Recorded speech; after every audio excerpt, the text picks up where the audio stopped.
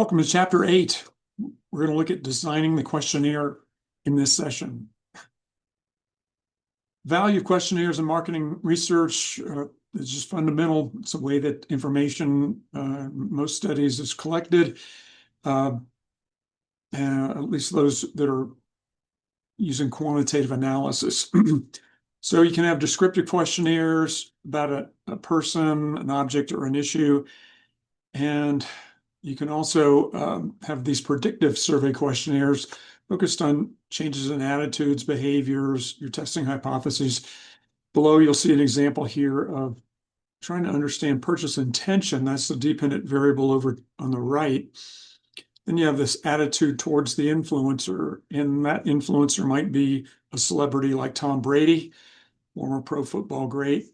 And so then the questions have to do with Brady's perceived credibility, his trustworthiness, perceived expertise, likability, similarity, familiarity, attractiveness, and all those would be manifestations of attitude toward the influencer, some evaluative tendency, like, dislike toward Tom Brady, good, bad, Tom Brady, favorable or disfavorable about Tom Brady. Pilot studies and pretest. A pilot study is more formal. It's a small scale version of the intended main research study. Could also be like a soft rollout. You would do it with 50 to 100 respondents. And if it looked like there were no complaints, people were processing the survey in proper time, and the statistical relationships were what you thought they would be, you go on to your final objective with regards to sampling. A pretest is necessary for every study. So the pretest, once you have a document for your survey, or if it's going online, then having it online, then you're giving it to people, and this can be a convenient sample. It might be people in the building, secretaries, people that care about you would spend some time taking your survey. And then the important thing is to sit down with them afterwards and just hear their thoughts, ask them their thoughts and feelings about the survey, and perhaps go through it section by section, your thoughts on that section. And by doing this, you'll hear what you want to hear, which is, objections that respondents might have. I didn't understand this question. Why did you do this? Or it seemed like this part of the question didn't actually make it onto the online viewing screen. Why are you asking about that? That makes me uncomfortable. So all those are valuable to understand, and you'd make revisions of the survey before you take it into its final form.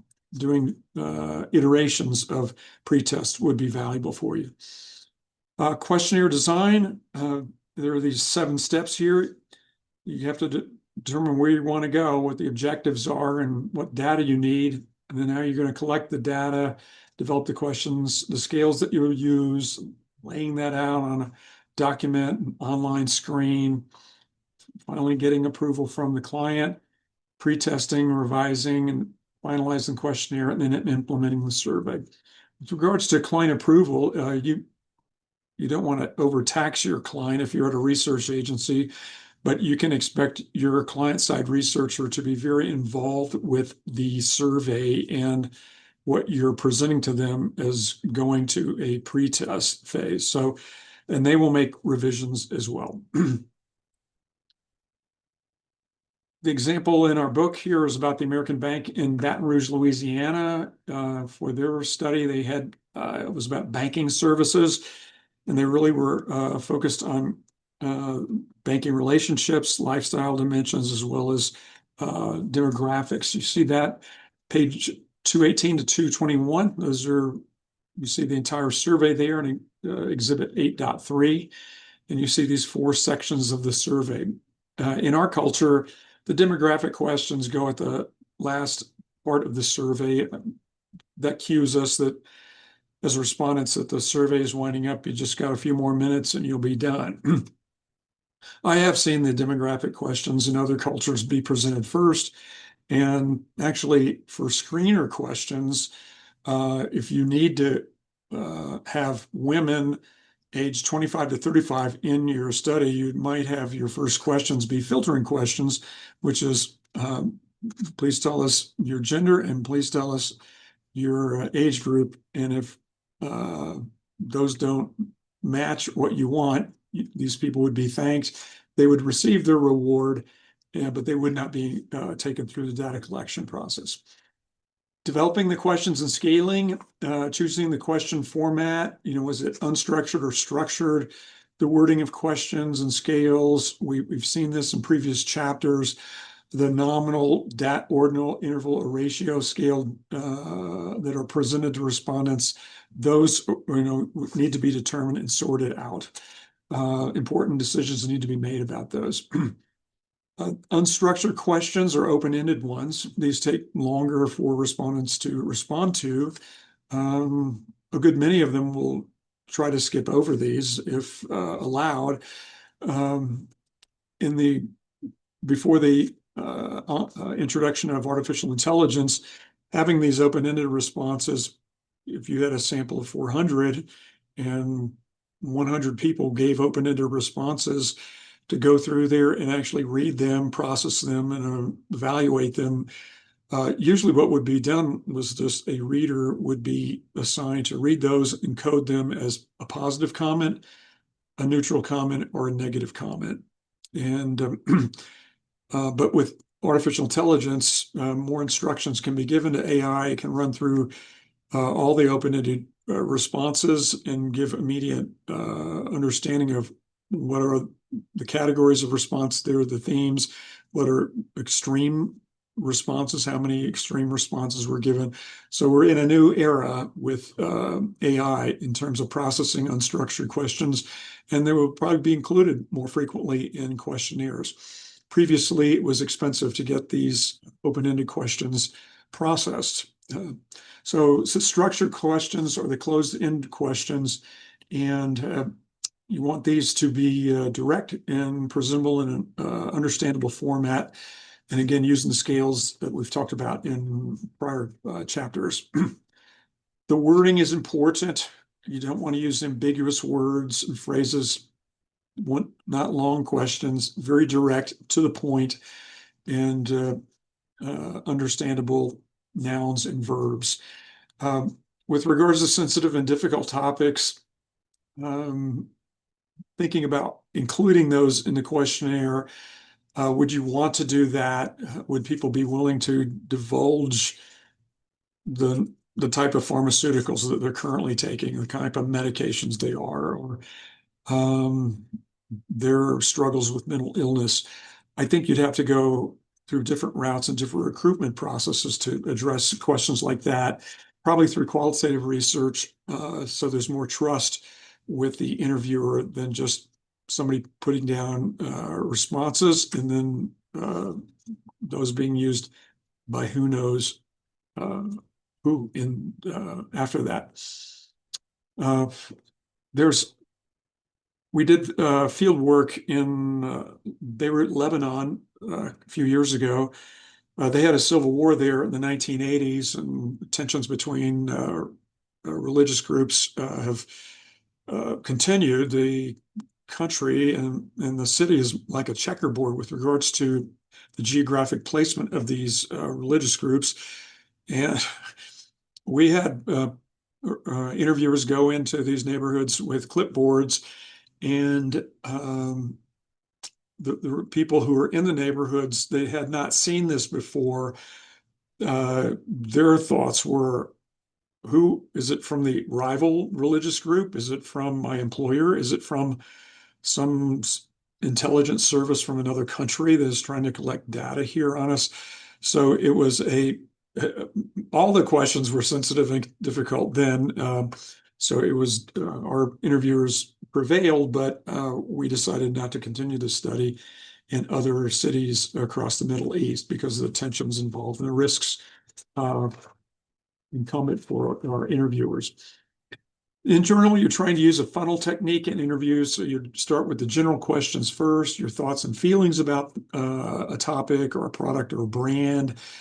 Even having open-ended questions at that point would be valuable. And then focus on the different attributes of the brand. If it's an automobile, it could be the styling of the automobile. It could be the gas mileage that it gives, the comfort of the ride that it gives, the perceived personality that a buyer would have if they were driving such an automobile. Those are the specific questions. You can loop back up to other broader questions for other brands or topics, and then drill down again. That's a general successful approach for arranging your questions. The layout of the questionnaire, the screening questions would go first, and then probably have these research questions in the middle.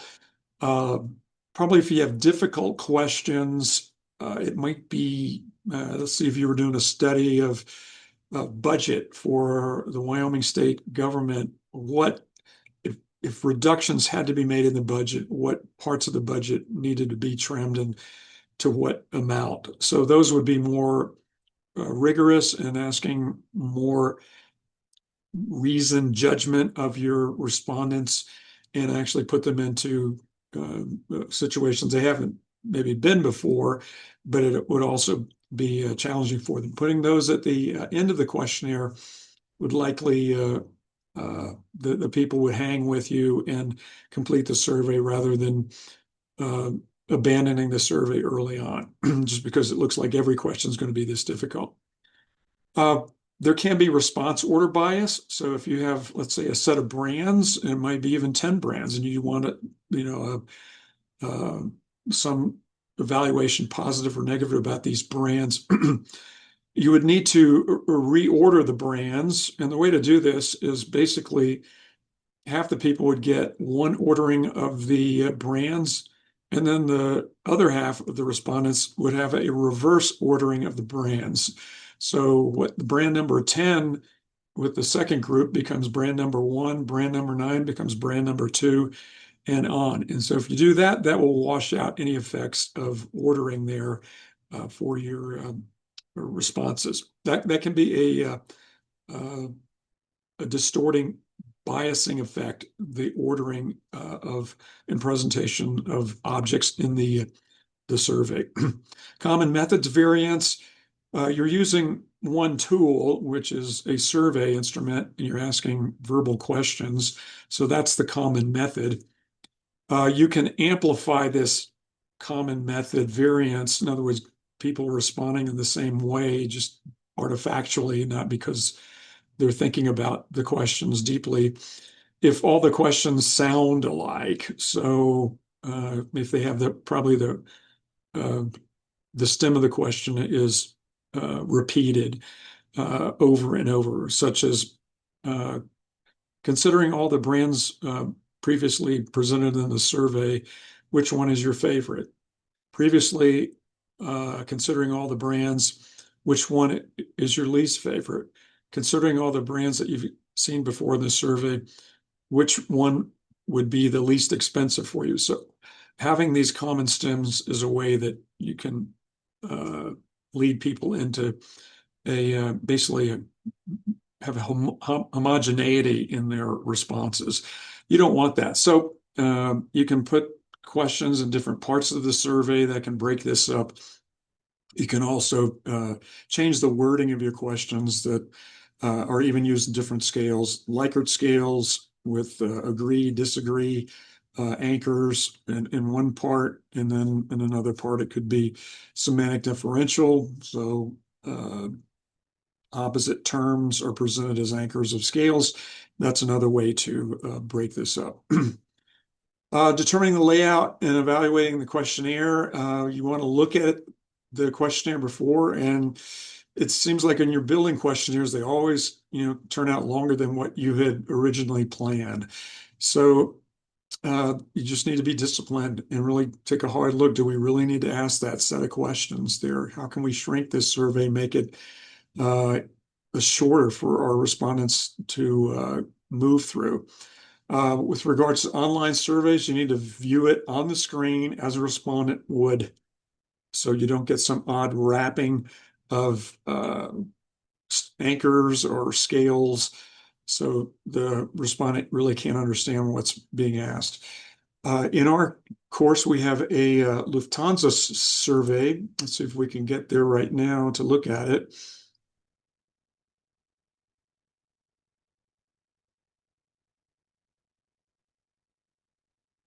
And the Lufthansa survey is one that is done professionally.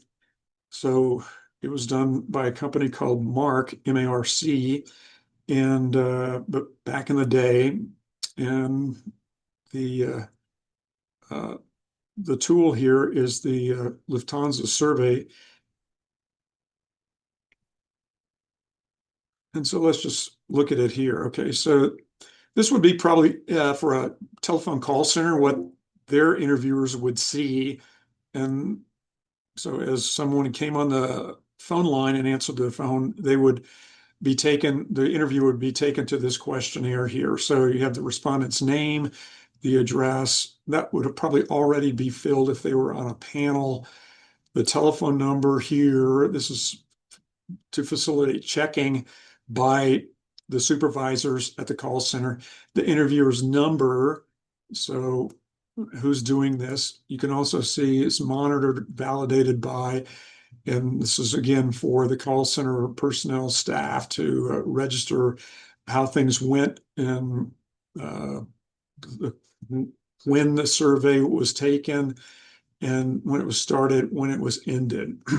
So just looking at the length could, readily tell the supervisors whether this was a successful survey or not, or successful interview. So here's some introduction questions. Hello, may I please speak to, and then you read the name from the top of the screen. May I speak to the person who replaced him or her if that person's no longer there? So this is more of a business to business survey. And then, hello, I'm from Bravo Research. I'm looking for the person at this location is most responsible for making decisions about booking air travel in Europe through companies like British Airways, Sabina, Lufthansa, Air France, and other airlines. And again, the response is made here, 1 through 4. And then we're talking to people like yourself about business air travel. Bravo Research regularly monitors business air travel worldwide, and we'd like to include your opinions. In the past year, have you made any decision about using Lufthansa for air travel arrangements for your company's employees traveling in Europe? Yes or no? So these are the filtering questions. All right, now you get into the different sections of the survey. Importance ratings. First, we like to understand the importance of the price you pay versus the quality of service that you receive with regards to business air travel when flying within Europe.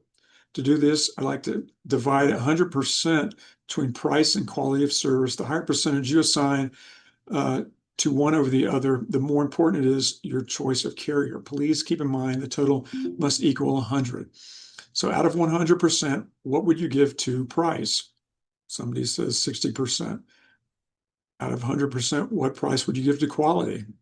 Well, it's got to be 40%. And actually, the protocol and the software should keep the response to be that. Key measures, asking about Lufthansa. How satisfied are you with Lufthansa? Completely satisfied, somewhat dissatisfied, completely dissatisfied. And then how likely are you to continue? How likely would be to recommend? So the recommendation question is an important question for marketing researchers. And sometimes it's used or is more important for other overall variables. And that's called the Net Promoter Score. So we get in here to other questions, 7 and 8. Okay, performance questions. Then we get here into, you can see these statements are rotated. Lufthansa is competitively priced, is a first-rate company, gives customized service. And again, these would be rotated, so each respondent wouldn't receive this in the same order. Then you go here to the classification data, considering all your business air travel with all airlines to dollars per month. What is the average amount your business locations spend on business or air travel in Europe? So this would be a usage classification question. And then the role the person has in the company, how many employees work for your company, that's would classify the company on size. And then the verification data would come later. And this would be done to check the, I guess, the responses here for the study. So all that is done. You see it's just a few pages, but it's laid out in a readable manner. It's understandable. It's going to be rotated at different points, and it allows the interviewer to stay on track when they're doing the interview.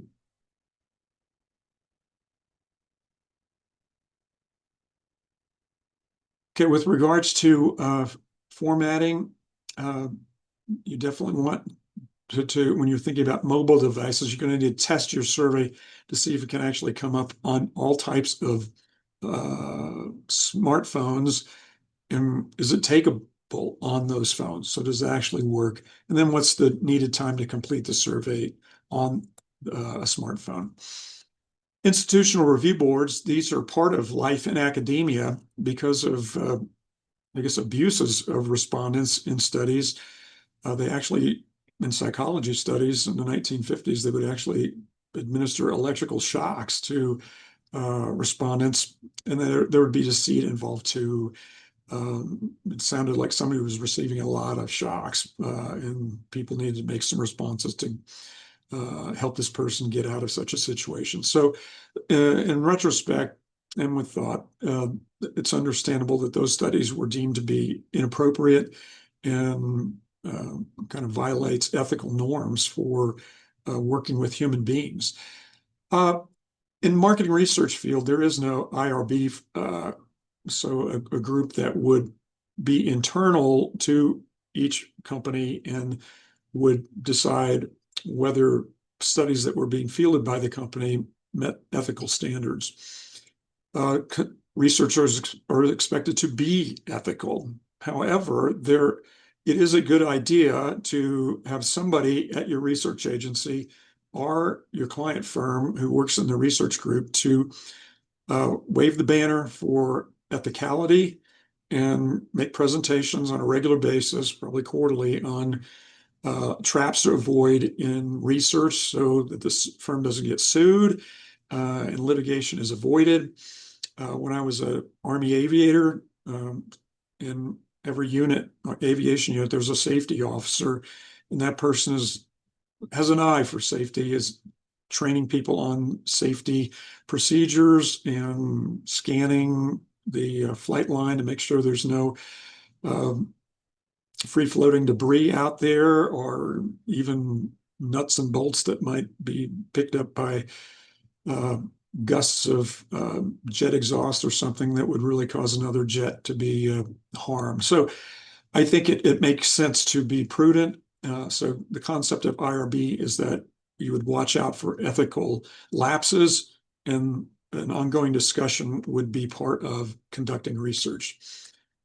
The pre-tests, we've already talked about those. They are essential. Do them iteratively, and you're going to learn a lot. And so later, you're not halfway through a survey with all the incentives already given to respondents, and then you realize that the survey questions were posed in a wrong way, and you're not getting the kind of data that you want from your respondents, and you have to start over again. That is painful. Jobs can be lost then. With regards to implementing the survey, down below here, you see it's called a Gantt chart, with the timeline going from left to right. Here it is in months. And then you see the stages of this survey project overlaid on that and the different milestones in the project happening. This is excellent, and you need to do this. And what it will allow you to see is that maybe you need more time to do your study, and you're expecting too much from maybe the data collection period is too short. Also, the analysis period for survey research and data has a tendency to lengthen. So making sure you have enough time to do the analysis and get the proper responses and insights to your client is important. This also helps once your client sees this, there's an agreement, you can manage the project. So they're not calling you up if you're at a research agency and, hey, when are we going to get the report? It's like, hey, we're not there yet. We're when we get to stage 4, and that was be in the month we agreed upon previously, that's when we're going to get them. Do you need them earlier? If so, we'll have to change things, and that's means extra costs for the clients to do that. Cover letter is should be included with surveys, and if they're an online survey, it needs to be read to the respondents, or if it's a telephone interview, or they can see it online. This is one done by a university alliance of 6 different universities, and one of the professors steps up and introduces the survey, why it's being done.